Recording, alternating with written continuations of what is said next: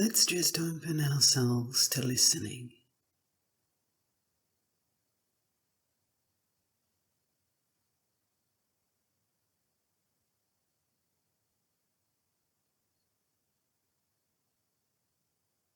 As we settle into the moment, fully coming into the presence,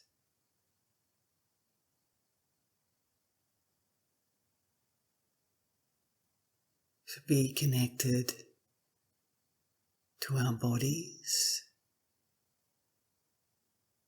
just as they are right now.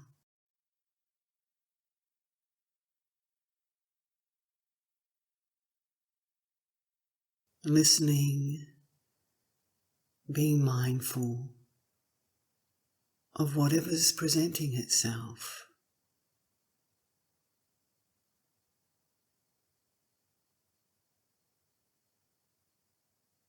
Physically, mentally, whatever's coming in through the sound door, through the ears, through the nose.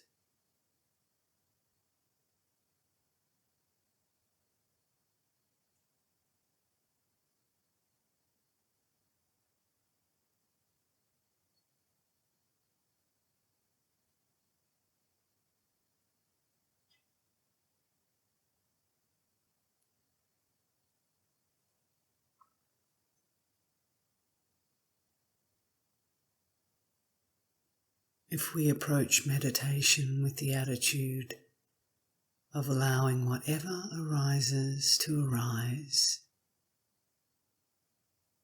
whatever ceases to cease, then we don't struggle with anything. We don't go into battle with anything.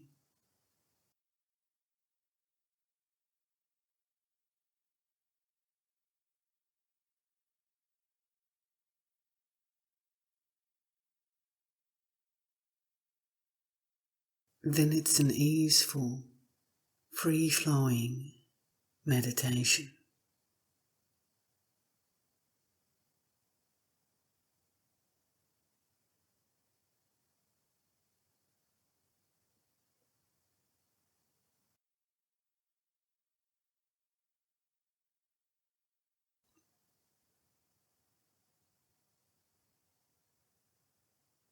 And the establishment of this attitude from the outset is all important.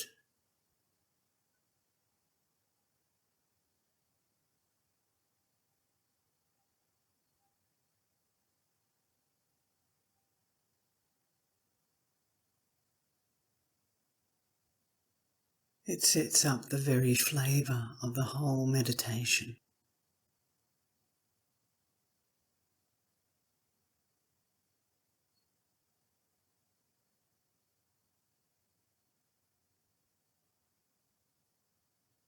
So we go in with this attitude of complete openness and acceptance.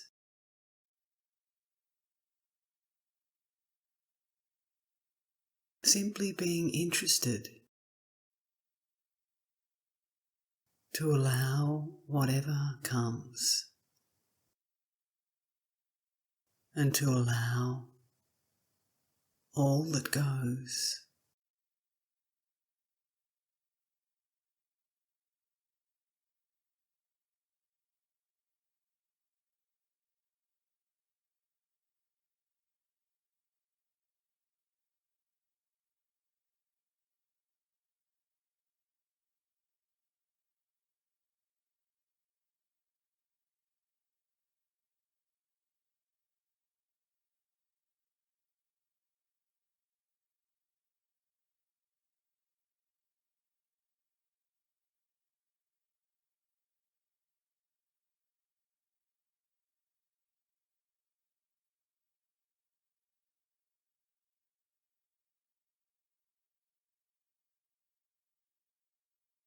And the 𝐼𝐿𝐼𝐼𝐼𝐼 spoke about the metaphor of being in the forest,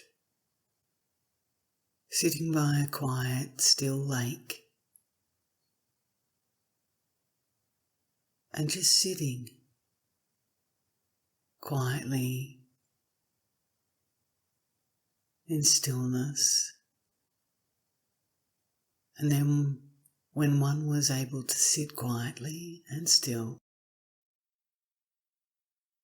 all sorts of creatures would come to the lake to drink. Many strange creatures would come that he'd never seen before. And he would simply sit and watch as they went about their business, having a drink, doing whatever, and they would leave.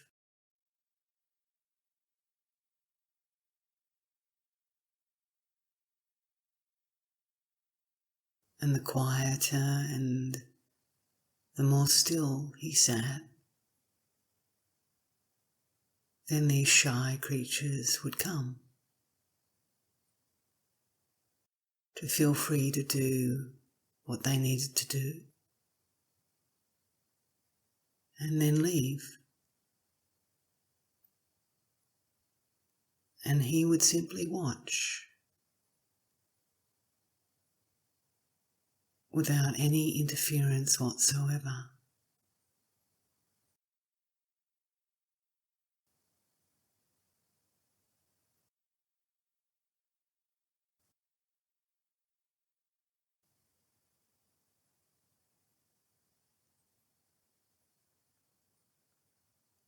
And it's the same with our minds.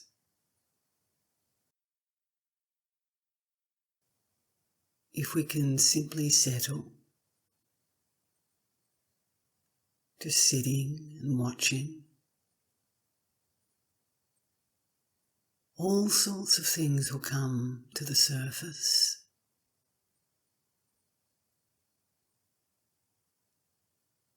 We don't need to do anything.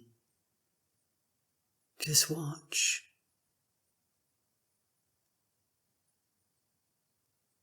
Don't interfere.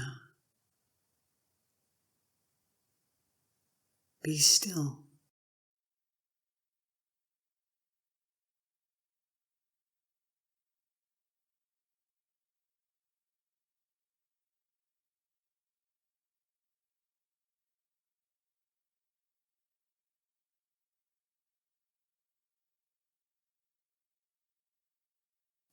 And if we can simply allow and remain quiet,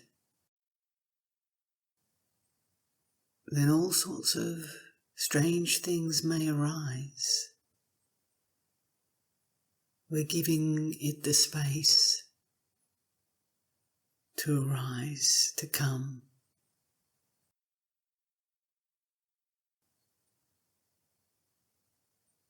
But we're not interfering or labelling or judging.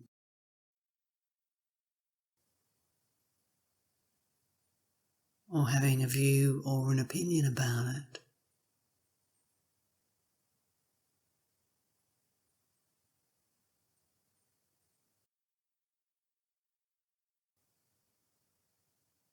We're not labelling it as good or bad, as right or wrong, as better or worse.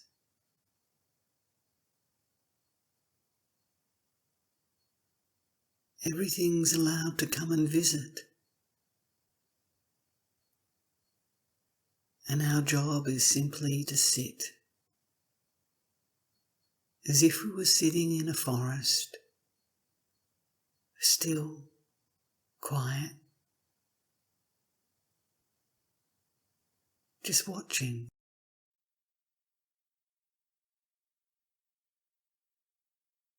Just listening.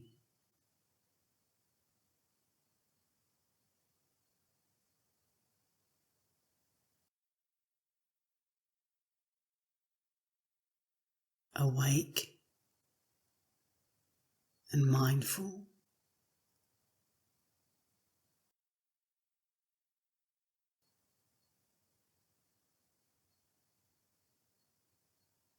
And maintaining that sense of inner peace with whatever arises.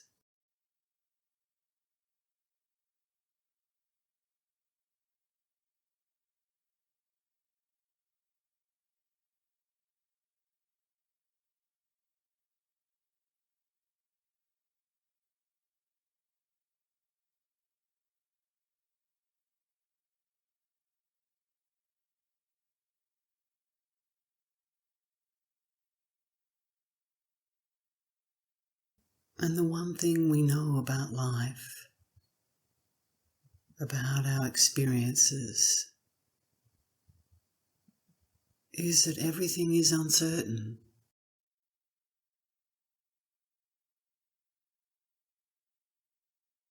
Anything can and will arise.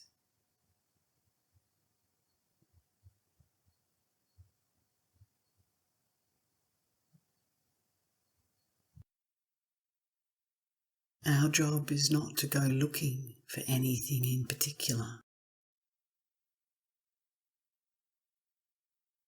to have hopes or expectations, desires or demands about how things should be, according to our perceptions and views of the world.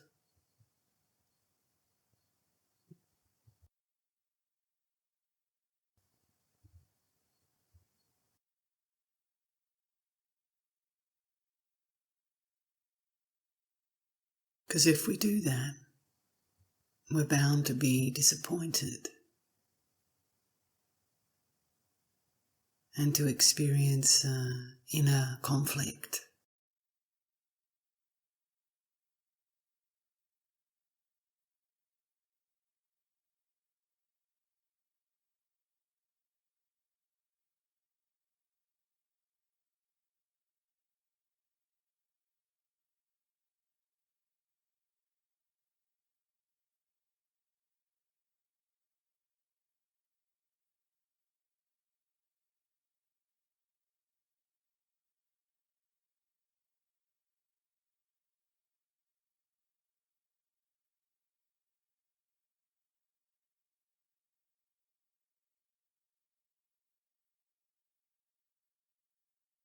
Everything that arises is unpredictable.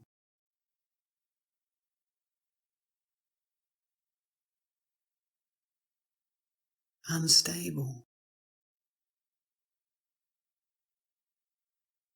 out of our control.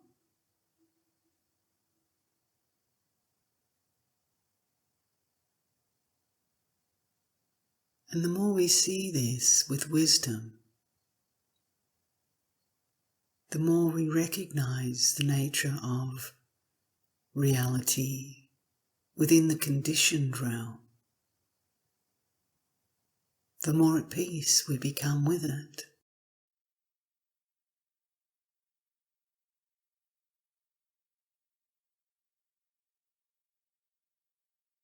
This is the nature of the conditioned realm. Changeful, uncertain, unpredictable, impermanent, out of our control.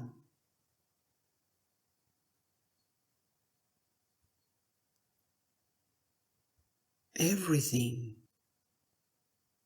without exception, is of this nature, to change.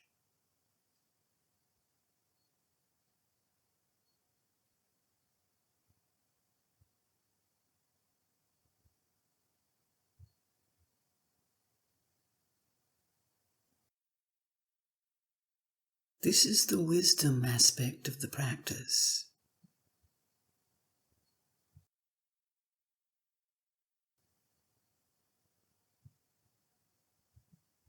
Firstly, we establish the mindfulness, which is the wakefulness, the knowing of what is actually arising and ceasing.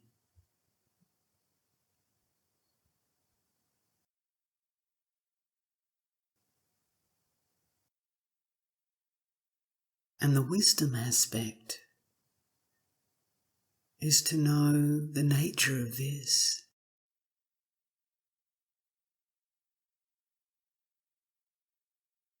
It's what's called sati sampajanya.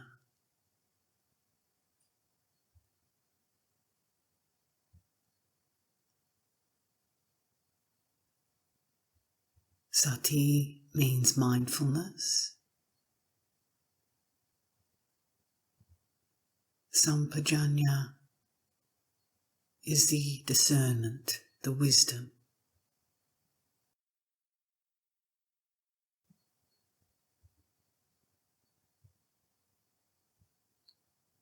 So each moment in meditation,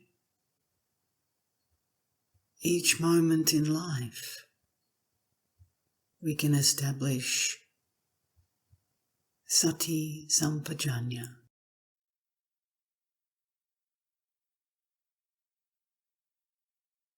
Mindfulness with wisdom, with full comprehension that whatever is arising is of the nature to cease,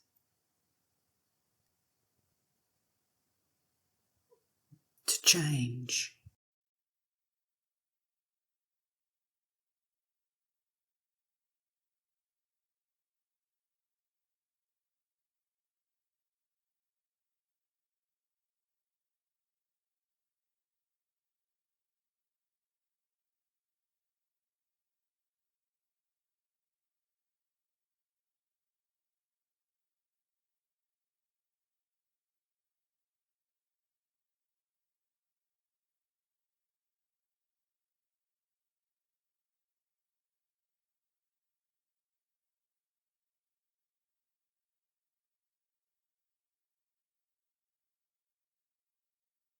But what is this knowing aspect of the mind?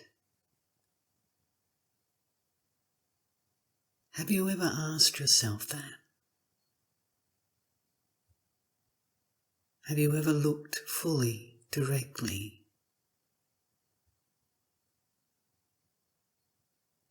to recognize that stable Dharma?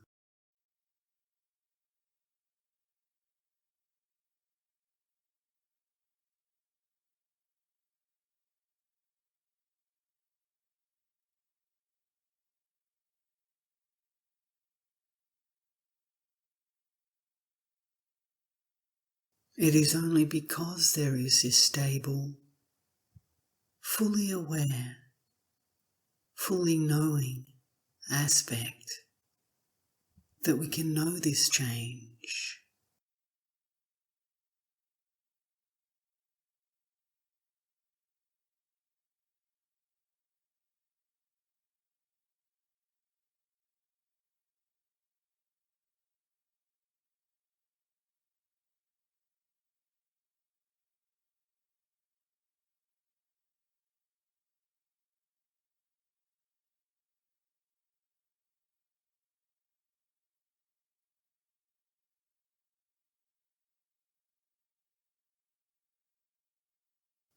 This stable,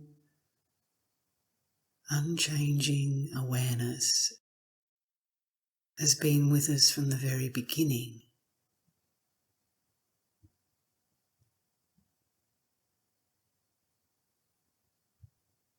But we may not have recognized it.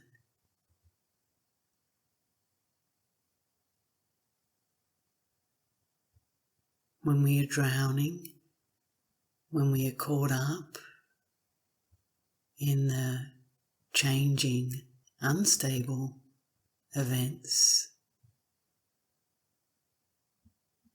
then we lose sight of the stable Dharma.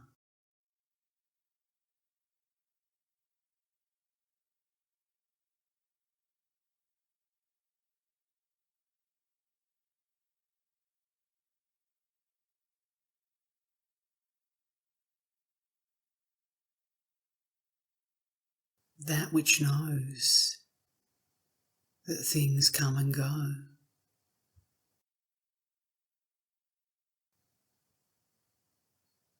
That which knows itself.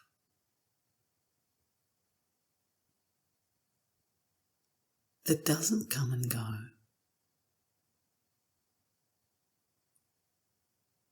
That's been the constant thread throughout all our conscious, subconscious, unconscious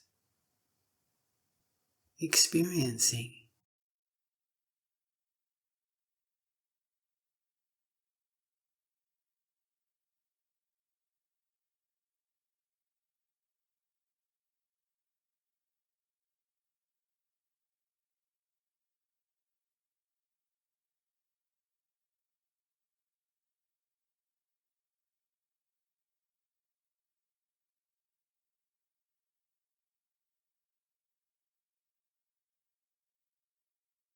So I invite you all to recognize that right now, in this very moment.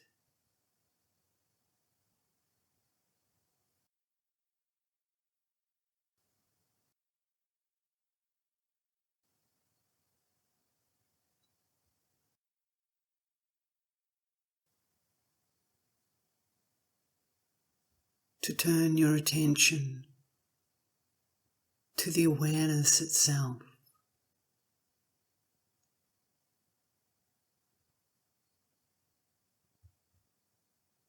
To let whatever arises and ceases as part of this changing, unstable, phenomenal world,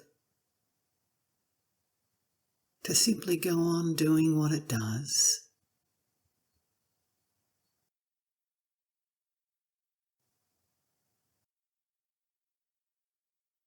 The sounds come and go.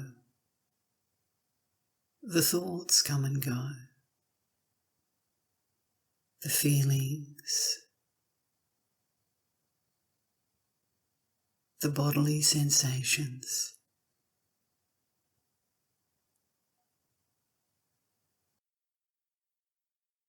All of that you recognize as coming and going.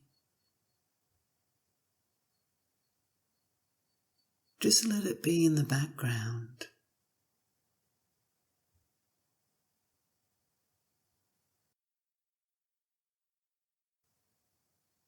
And now your full attention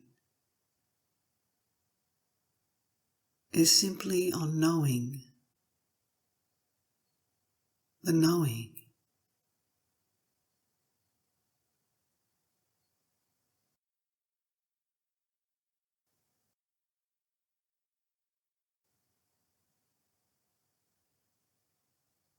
Not so much the knower, because to know the knower, we set up a perception of a subject.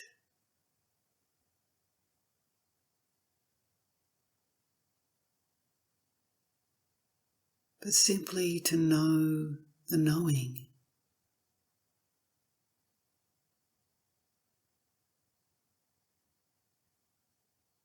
This all-pervasive awareness.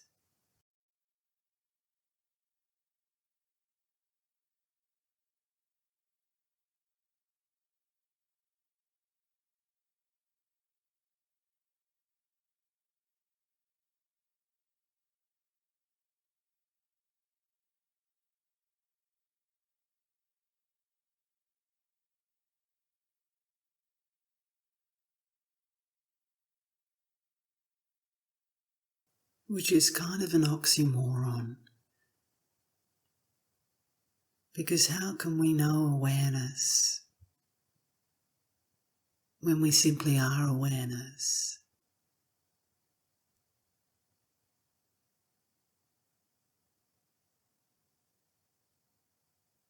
Just like it's impossible for the eyes to look at itself.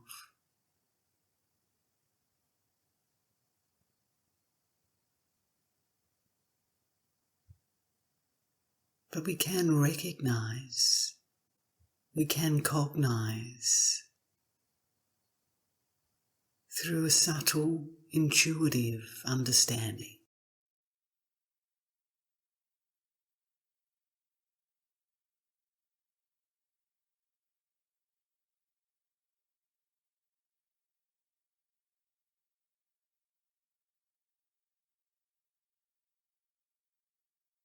It's not a thinking about it.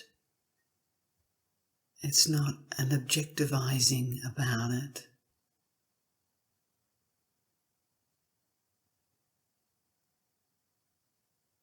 But it's what's often termed coming into the heart of awareness.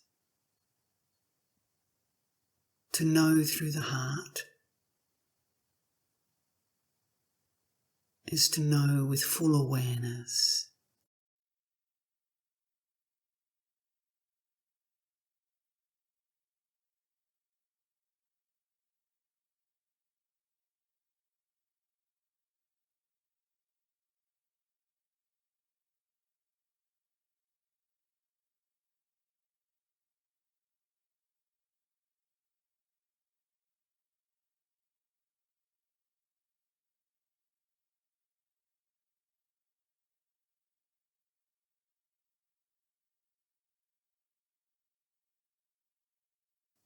This stable, unchanging Dharma is the heart of awareness.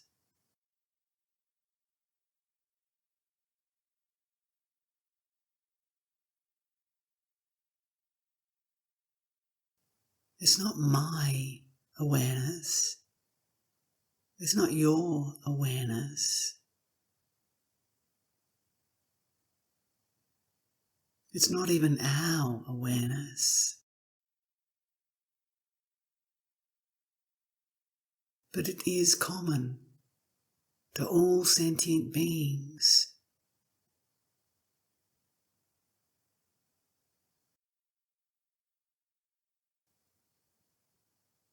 It doesn't differ.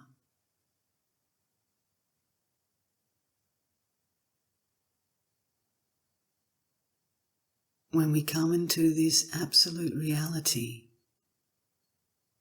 fully recognizing it, stabilizing it, it's no different.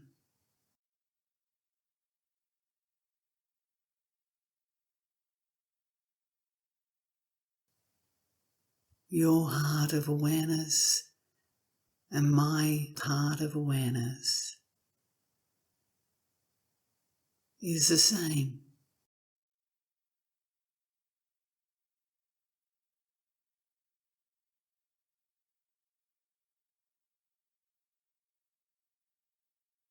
This universal knowing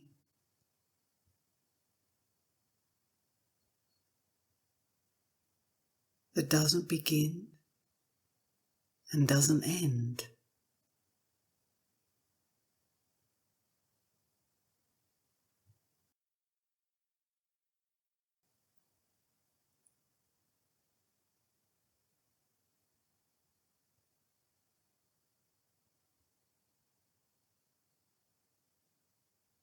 This constant flow.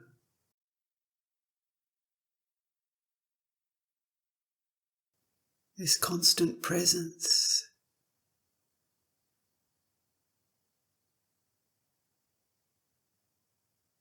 That we can choose to recognize or not.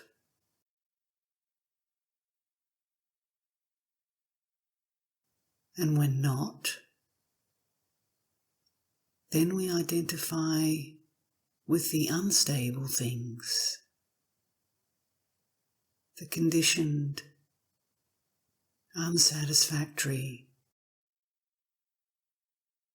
And when we get caught up in that or identified with that,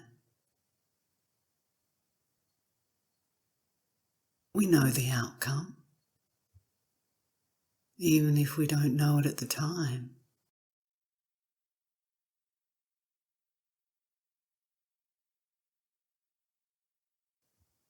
The outcome is always stressful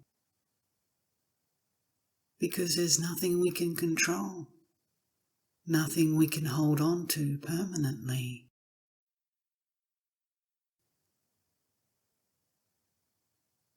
Everything, these bodies, these changing consciousnesses,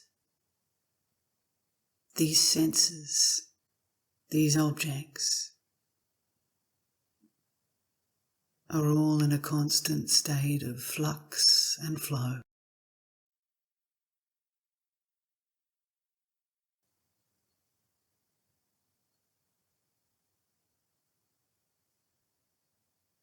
And if we grasp them and cling to them,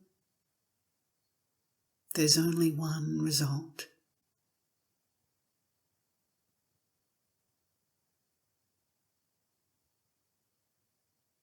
And I'll leave you to determine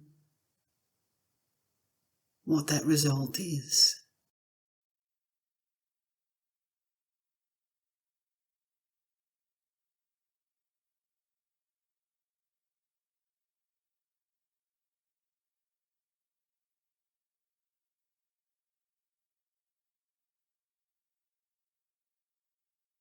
But when we come back to our true home, our true nature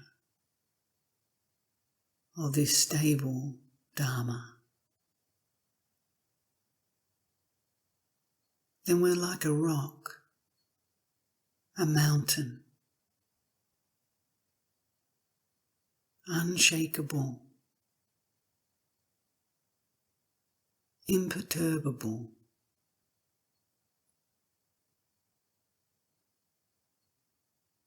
Nothing can move us. Nothing can disturb us.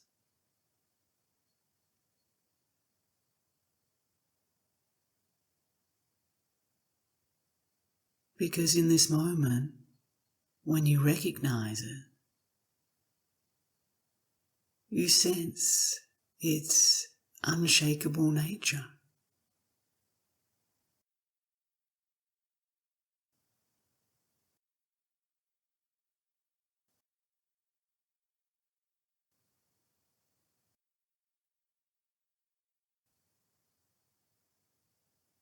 It is so subtle,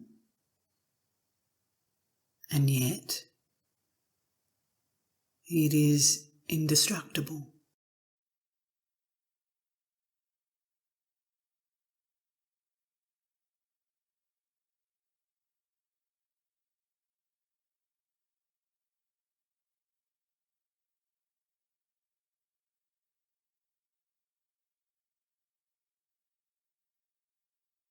And it is our inheritance.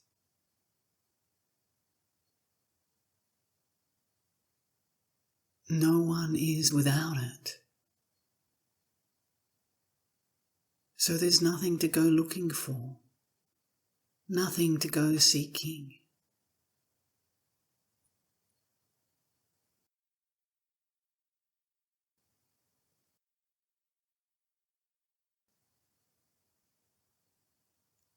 Nothing we are lacking or need to purchase.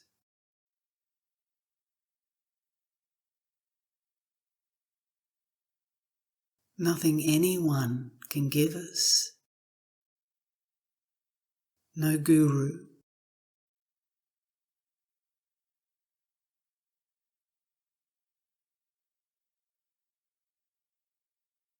A teacher cannot merely point to it, but ultimately no one can give it to you. How can anyone give you what you already have?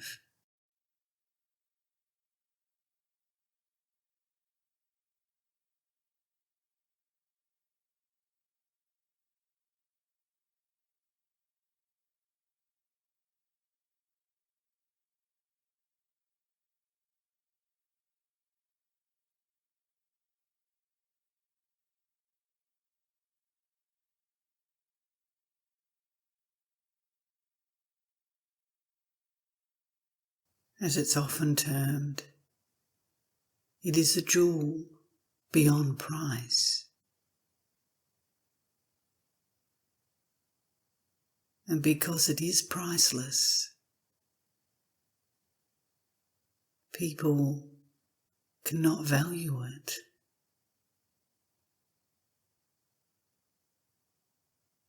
They can merely overlook it.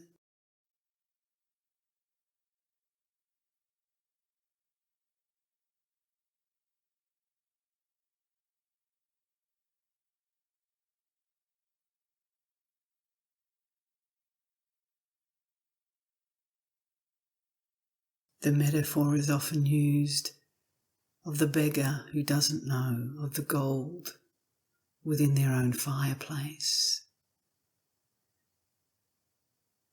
and goes around begging from others.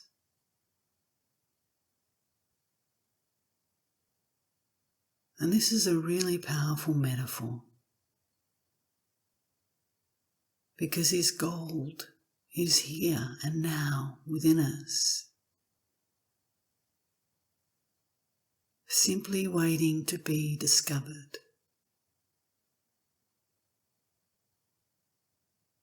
And valued for what it is, a priceless gem.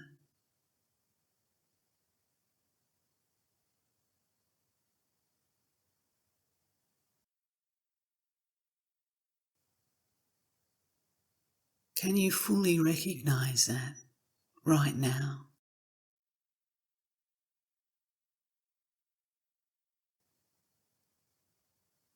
Have you made that discovery yet?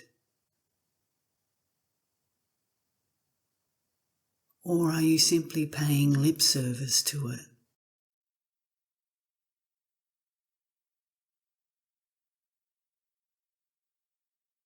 And then throwing it away as you go about doing the habitual things that we always do.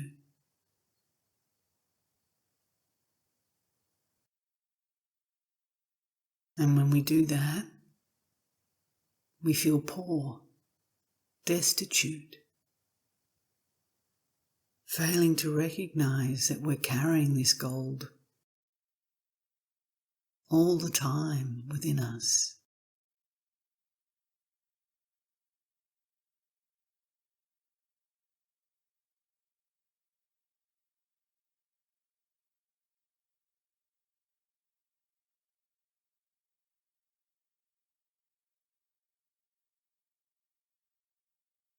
So really, the practice is just a simple but constant recognition of our inheritance, of this stable, unshakable Dharma.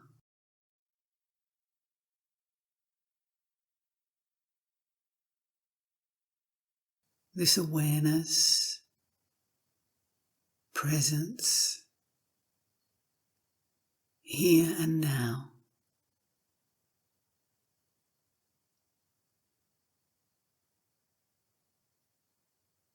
That's been with us since we were born in this body and will be there when this body dissolves.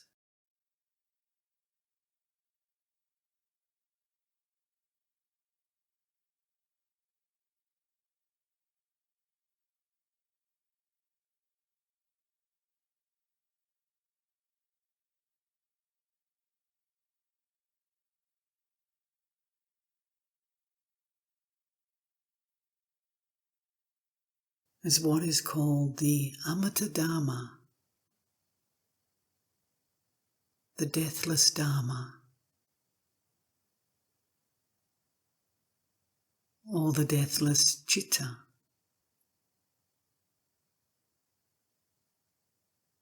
The deathless mind.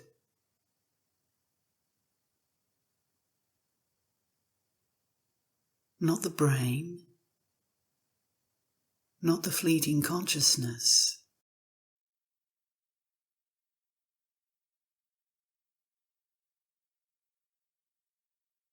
but the mind which is formless, substanceless, impersonal,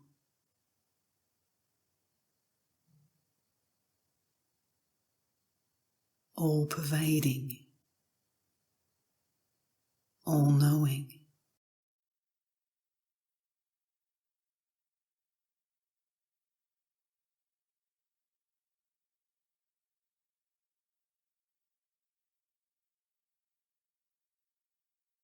But these are mere words.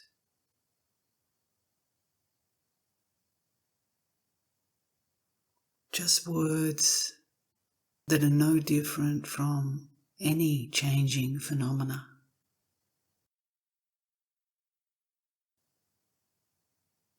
So don't attach to them, because the words are not the reality. It's merely a finger pointing to the moon.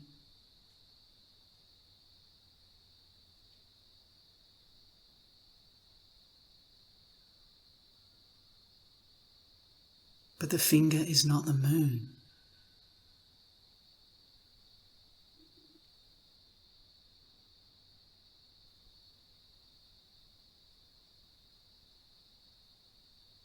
So also are your concepts about it, your ideas about it. We need to keep shedding that. Otherwise, we merely set up a concept.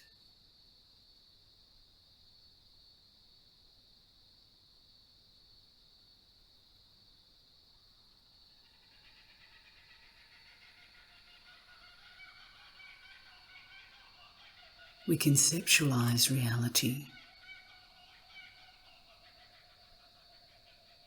It's not reality, it's just another concept.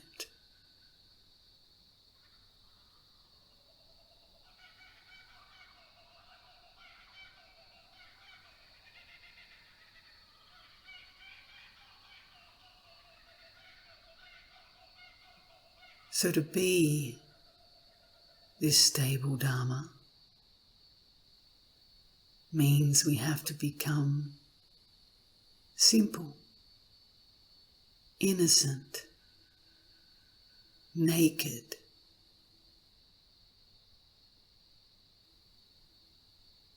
To shed ourselves of all the garments of concepts and ideas.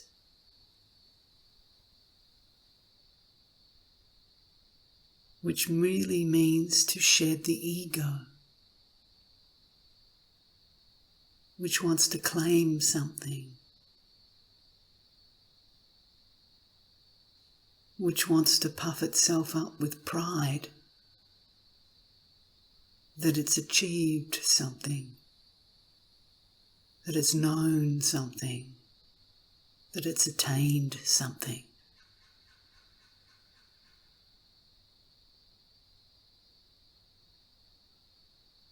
The ego can't achieve anything in this realm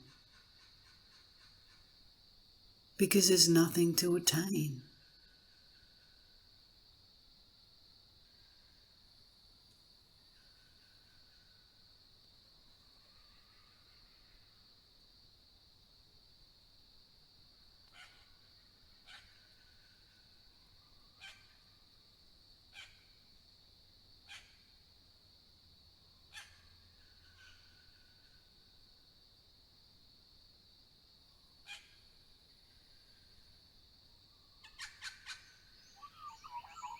And this nothing to attain has the potency of truth to it if you really allow that to resonate through your whole being.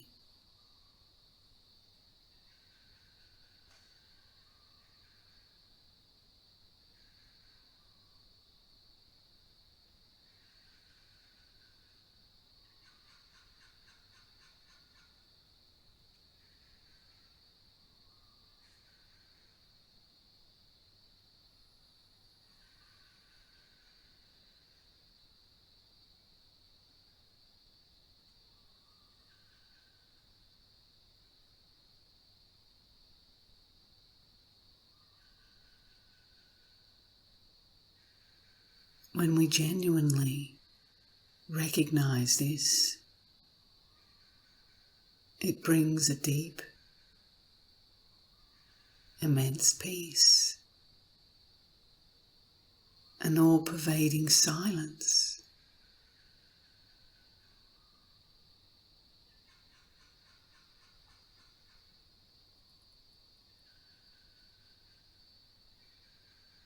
A fully encompassing awareness and knowing that there is nothing to attain.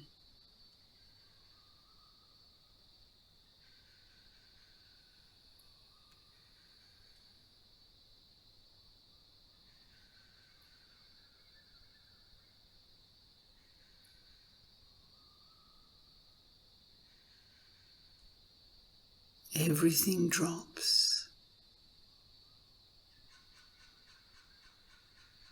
releases,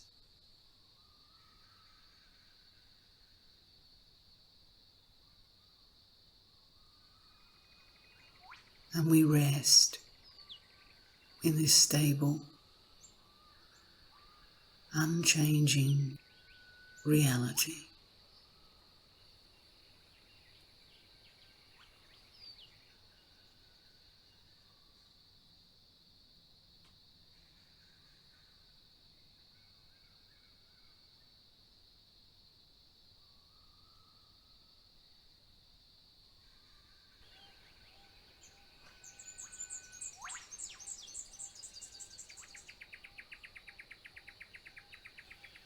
And I invite you, if you would like, to continue to just listen from this space of stable mindfulness, this unshakable Dharma, to the sounds of the forest around me as dawn breaks.